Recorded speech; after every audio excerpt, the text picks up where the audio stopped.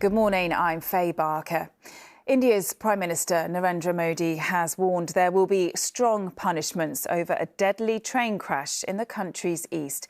More than 300 people died after a passenger train derailed, ploughing into another, and more than 800 were injured. Mr Modi says his government will leave no stone unturned investigating what went wrong. Anna Giri has the latest. The rescue efforts are over.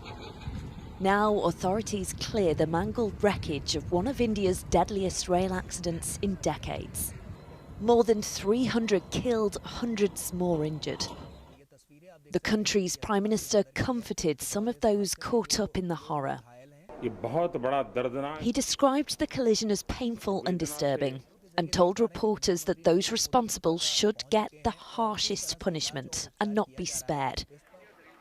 Investigators are looking into whether human error or signal failure played a role.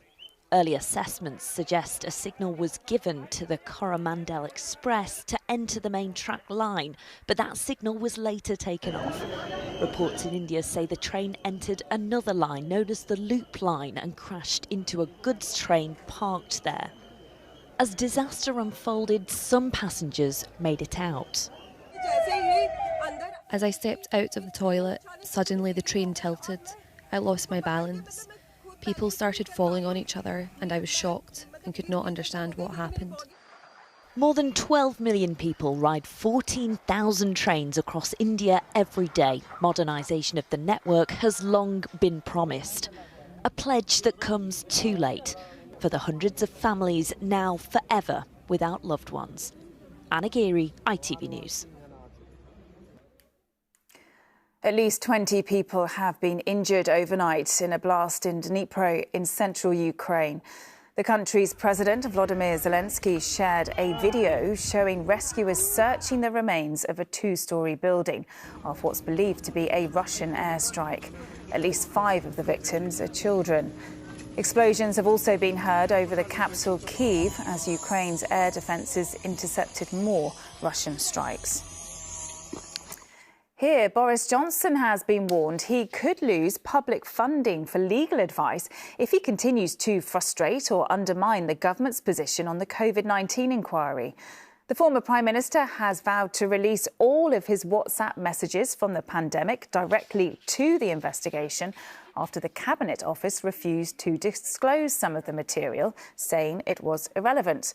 Well, according to the Sunday Times today, Cabinet Office lawyers told Mr Johnson money would cease to be available if he releases evidence without its permission. King Charles is to give up his home in Wales on the edge of Benai Brycheiniog. Llyn Wermod in Carmarthenshire was bought for £1.2 million by the Duchy of Cornwall estate on behalf of the then Prince in 2007. Royal sources say His Majesty remains passionate about Wales, but is giving up the property because it's unlikely he'll use it in the same way as before. Well, the King is on holiday currently in Romania. It's his first overseas trip since the coronation. Yesterday, the King attended a country feast with residents in Transylvania, where he has a holiday home. Now, if you're out and about today, do dress lightly. It could be the hottest day of the year. Temperatures are expected to peak at around 26 degrees Celsius in western parts of the UK. That's creeping above the 25.1 degrees felt in Porthmadog in North Wales on Tuesday. The Met Office says Wales could again be where the record is broken. Eastern coast, though, will be cooler. Finally, someone in the UK is more than £100 million richer today. One lucky ticket holder has scooped this week's EuroMillions jackpot worth almost £112 million. The prize will make them richer than celebrities like Harry Kane and Daniel Radcliffe. But despite the eye-watering sum, it doesn't beat last year's jackpot record of £195 million. That's it. We'll be back at 1:20. Until then, do have a very good morning. Bye-bye.